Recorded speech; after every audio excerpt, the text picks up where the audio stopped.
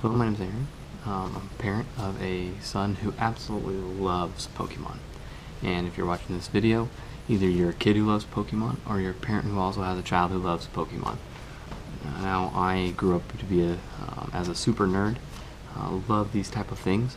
But one thing that I didn't have any clue about whenever my child decided he loved Pokemon was anything about it. And so I went out, I read the rules for the trading card game, and went out and bought him several different things. And last year was our first sort of big Pokemon Christmas. Over the course of the next year, my son grew to just absolutely love everything that is Pokemon. What started out as ooh, let's see whether we like this, turned into something that was, holy cow, he just loves it. So everything he does right now is eat, sleep, breathe Pokemon. And so I've talked to a lot of parents about just the process of how to play the game. Hey, are we playing it right? How do I know these cards are good? How do we know these cards aren't good? And so I'm going to try to put together a couple videos over the next couple weeks to just sort of go through the different things that is Pokemon. So first, is this what I would like this video to be as a primer for parents for Pokemon. So if you're a kid watching this, great, continue to watch. However, if you're a parent, this is really designed towards you. The things that we're going to cover today in this video are sort of what are Pokemon. Then we're going to go through sort of the cards, the deck composition, Pokemon themselves, energy trainers, just sort of the basics of what you're going to be looking at whenever your kids are getting booster packs, and maybe how to build them a deck. And then we're also going to go through, again, the parts of a Pokemon deck, the type of cards, and then like protectors.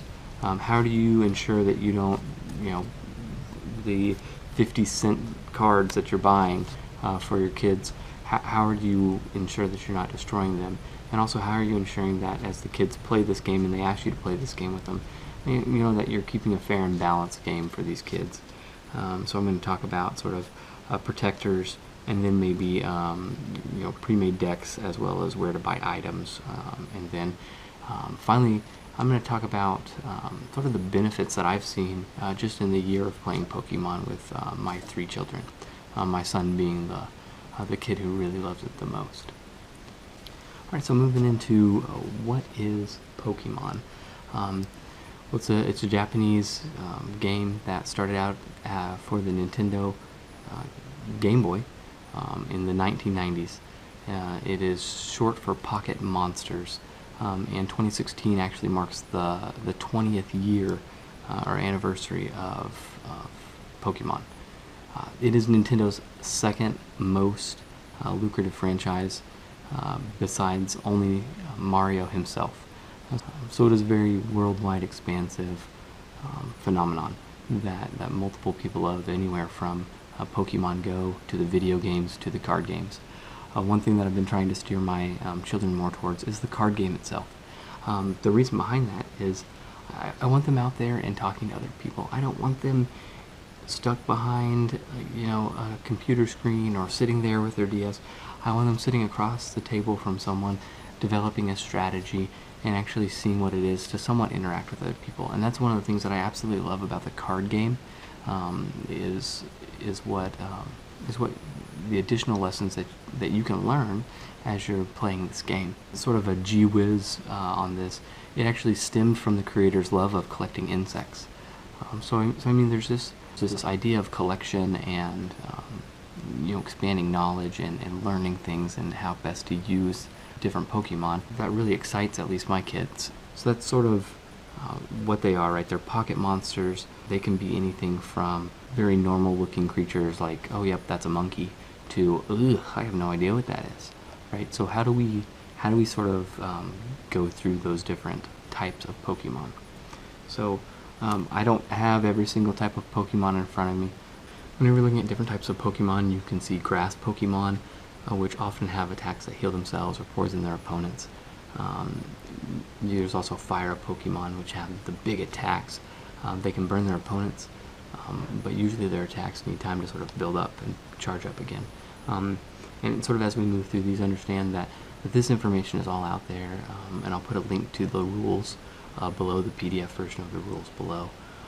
Water, they're going to manipulate energy as well as move Pokemon around on the other team. So they might take an active Pokemon, which doesn't make a lot of sense right now if you're watching this video first. They can move an active Pokemon back to the bench, just to sort of mess up the sort of the different plans that your opponent may have. You then have Lightning, which can bring back used energy from the discard pile as well as paralyze opponents. Psychic is great for special powers, good for status ailments on attacks such as asleep or confused or poison. And as we step through the actual gameplay itself in one of the future videos, we'll talk more about the different status ailments and sort of what that means to your child or yourself as you move forward and someone attacks you with one of those. Then we have a fighting Pokemon. Fighting Pokemon, I always think of like Machop, who take bigger risks to do extra damage. A lot of times you'll have a coin flip for combination hits, such as you flip the coin until, and every time you flip heads, you do 20 damage, and you'll flip until you don't flip heads anymore, or you'll flip 5 times. But on the out of the 5 times, it will be every heads that you had, it will be 20 damage, things like that. Then you have Darkness. Darkness is they feature sneaky attacks that often make your opponents like discard cards, which is really good if your opponent has a really strong Pokemon that they have up against you, but maybe you're able to make them discard, or you're able to remove energy from their Pokemon, and now they're no longer able to attack you. You then have Metal, which are resists attack longer than most other Pokemon. Your Fairies have tricks which will make opposing Pokemon attacks less effective. One of my daughters actually has a Fairy, as well as my other daughter has a Darkness deck, and they're definitely a lot different than just the straight grass, fire, or water type decks. But Fairies have tricks that will make opponents' Pokemon attacks less effective.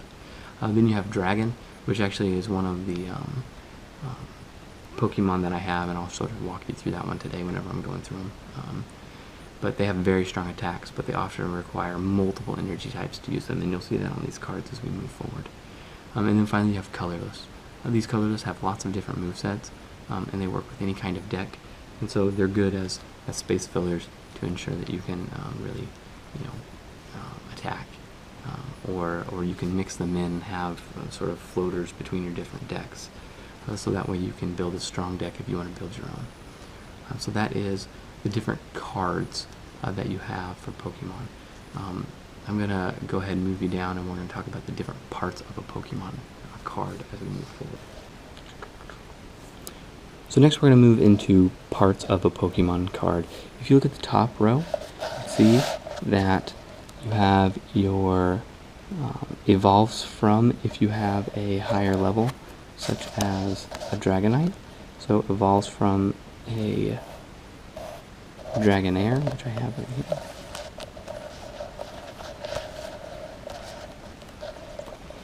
So as we talk about the different parts of a deck or a card, we see that we start along the top row, and we see that you list the different types of Pokemon, or the stage. So you have basic, stage 1, stage 2. So if I go back and just sort of look at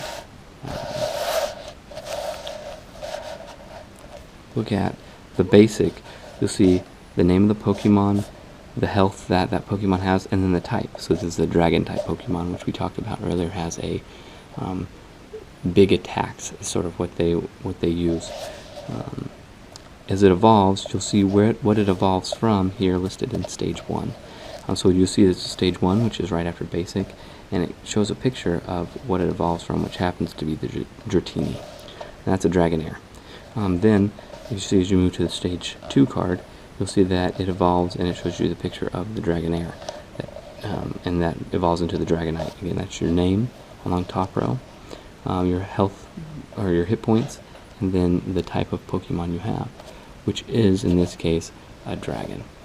These can also be like Mega or EX cards, They can also like be foil cards, which look a lot cooler. But the Stage 1 and Stage 2 evolve from these basic Pokemon cards. The next section you have is your different attack sections. One of the things that we talked about when we talked about the different Pokemon, we talked about that Dragon have, but often require 2 types of energies. As you see here, when we look at the different attacks, you'll see that there's multiple types of energies throughout these cards, which means that I have to hold different types of energy inside of my deck in order to use these cards effectively. That's just something to think about when you're building your own deck in the future. So that's along the side here. You can see that you have things like this attack or this slam attack, which allows you to flip 2 coins. An attack does 20 damage times the number of heads that you flip. Note as you go up in stages that the heavy impact requires 5 different types of energy, or 5 different energies. While it's a very devastating attack, it requires a lot of forethought in order to build your Pokemon up to that point so you can use them effectively. So that's something that you really have to impress either while you're building your deck or while you're playing yourself. You have to ensure that you're really looking at your energy management. That's really one of the keys of this game, is looking for energy management as you move forward. Section which is along the bottom is weaknesses. You'll see that he is ×2 to fairy, which means that if a fairy type Pokemon or a fairy type attack is levied against one of your Pokemon, it'll do actually double the amount of damage. So that's something to be aware of as you look at your opponent's deck as you fight them. And then it just gives you additional information such as the retreat cost. So if I want to take Dragonite from the battlefield, you'll see that I require to discard into my discard pile 4 energy, which is a ton of energy. So you don't really want to retreat this guy just by discarding energy. You probably should use a card in order to get rid of him or move him back. Another thing to note is some cards have abilities, and you'll want to make note and try to make for sure that you're paying attention to those abilities so you don't miss them as you play your hands. So in this case, if I knock out a Pokemon with Dragonite, I actually get to draw 2 prize cards rather than just 1. So that's just something to understand as you move forward. So we're going to talk about the 3 different types of cards. We've sort of gone through what is in the card, what's on the card itself, but now we're talking about the 3 different types of Pokemon, or different types of cards. So first we have Pokemon themselves, which are broken up into the basic Stage 1 and Stage 2, which we've already sort of talked about. Then we have our energy cards. These energy cards need to be matched up whenever you're playing them to the Pokemon that you have. And then finally the trainer cards, which are sort of like your support cards. They represent items, supporters, as well as stadiums, and can do things like heal 60 damage and remove special conditions from one of your Pokemon. So these are all things that you have to use inside the game as you play. So I'm not going to go into a lot of detail on how exactly to play the game. I'm going to do that in a future video. But I just want to give you sort of the overall basics. So again, we have our different types of Pokemon, which is your grass, fire, water, lightning, psychic, fighting, darkness, metal, fairy, dragon, and colorless. Sort of the main staples are your grass, fire, and your water.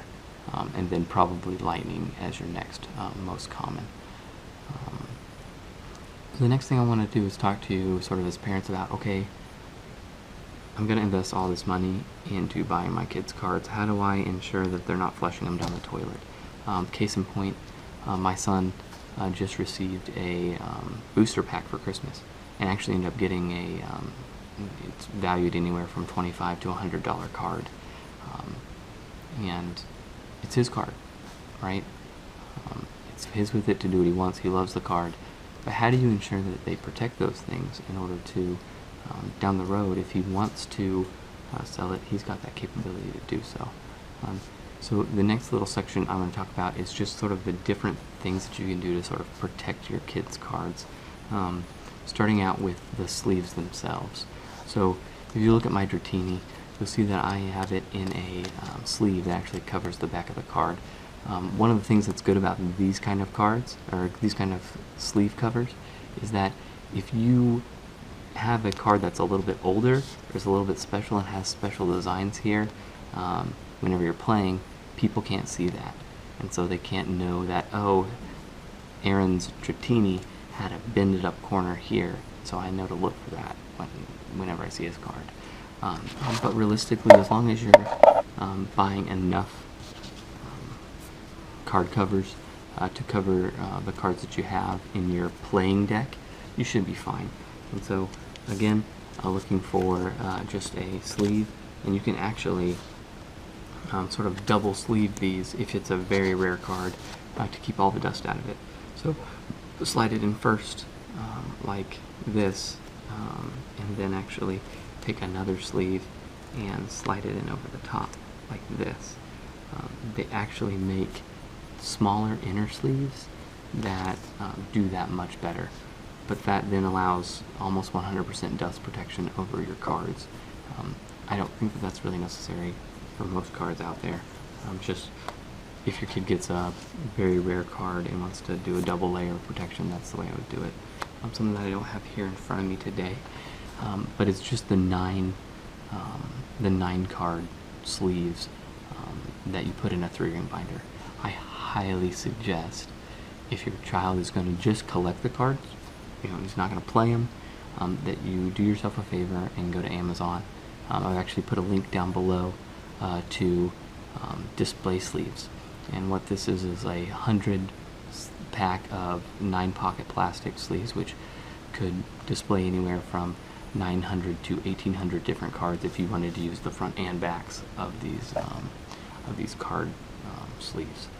So, but that gives them an opportunity to keep all their cards in one place, one binder, and they can flip through and actually show their friends. Because what do they want to do? They want to take that 3-ring binder out of there. They want to take those cards out, and they want to show their friends these different cards.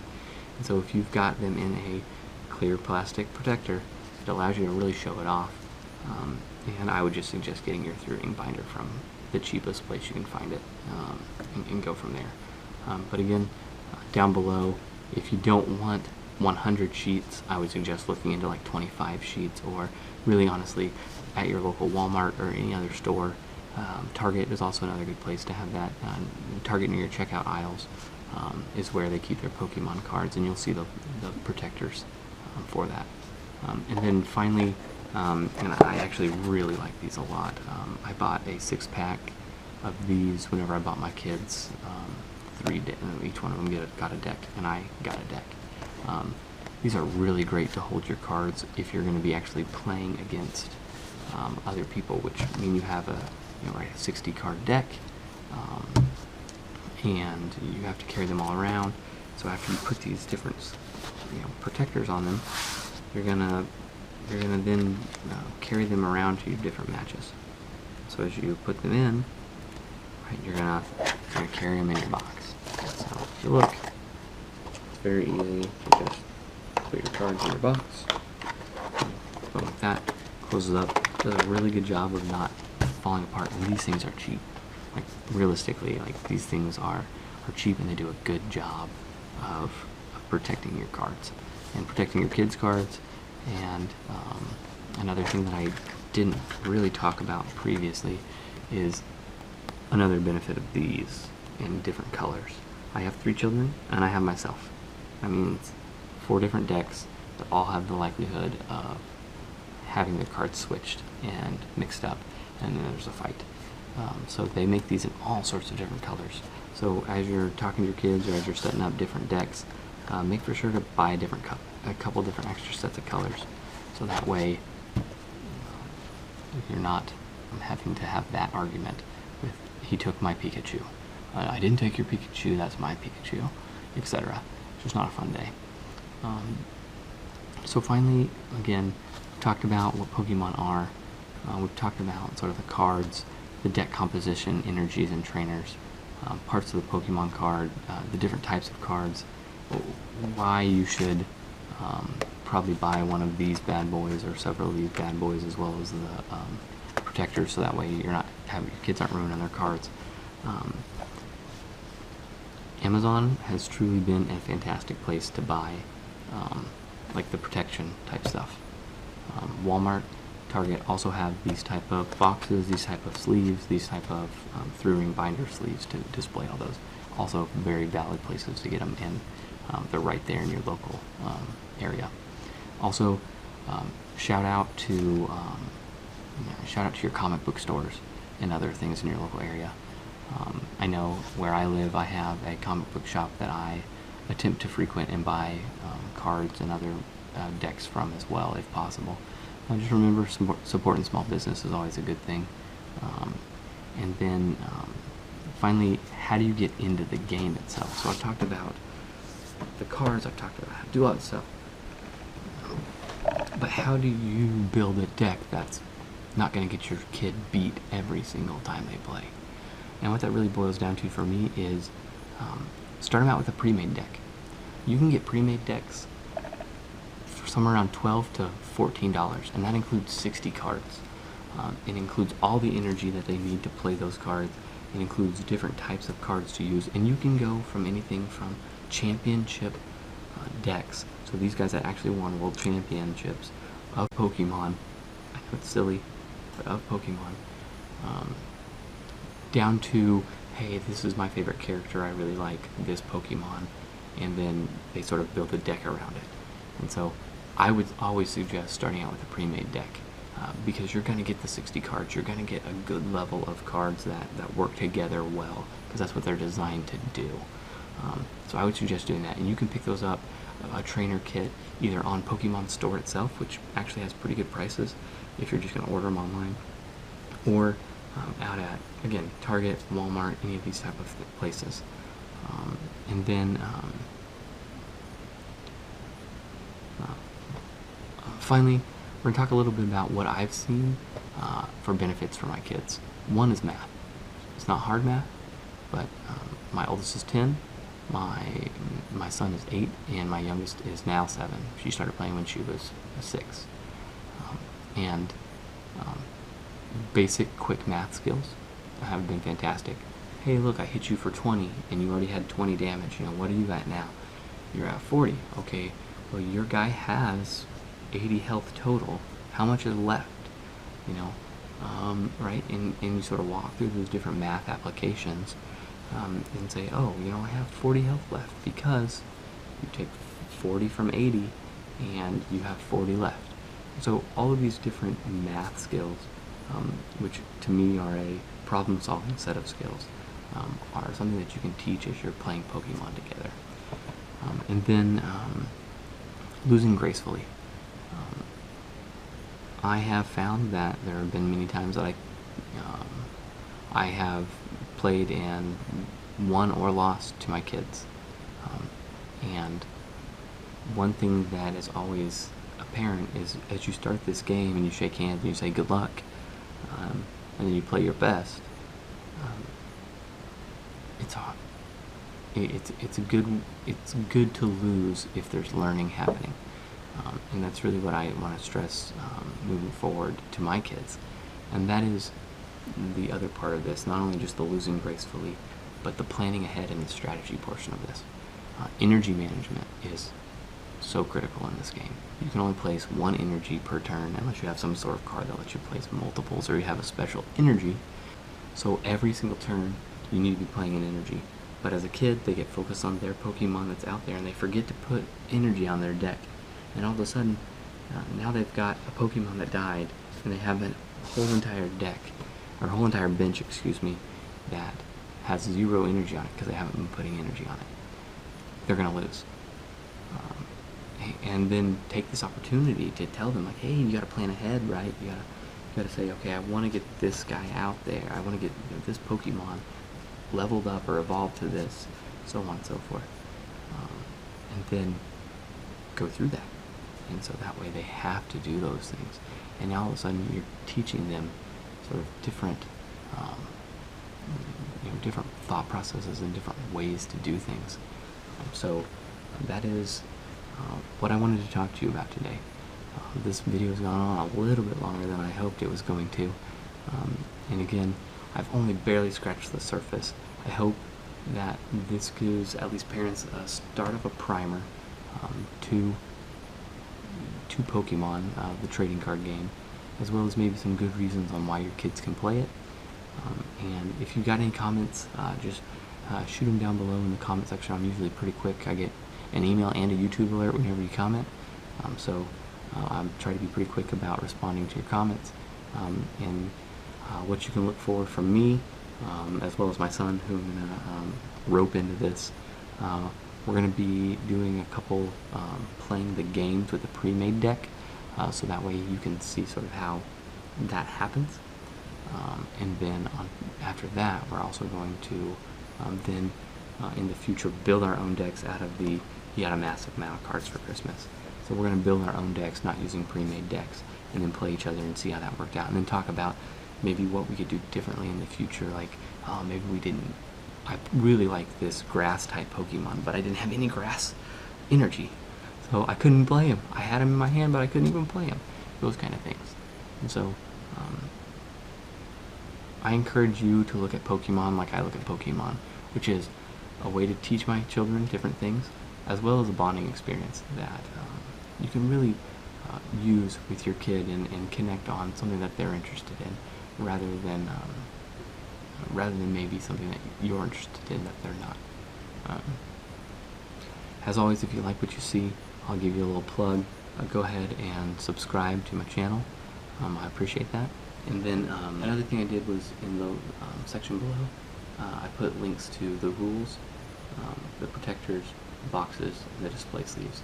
And just truth in advertising, the Amazon links are Smile, which supports a small Christian school that I went to whenever I was growing up, and it's a non-denominational Christian school. And if you go ahead and if you want to buy those items from Amazon and you feel inclined, I would greatly appreciate any support by following those links. Again, none of that money goes to me. I just graduated from the school whenever I finished high school. So thank you for your time. I hope this has been helpful and beneficial, and I hope that you find yourself enjoying Pokemon as much as I've actually found myself enjoying Pokemon.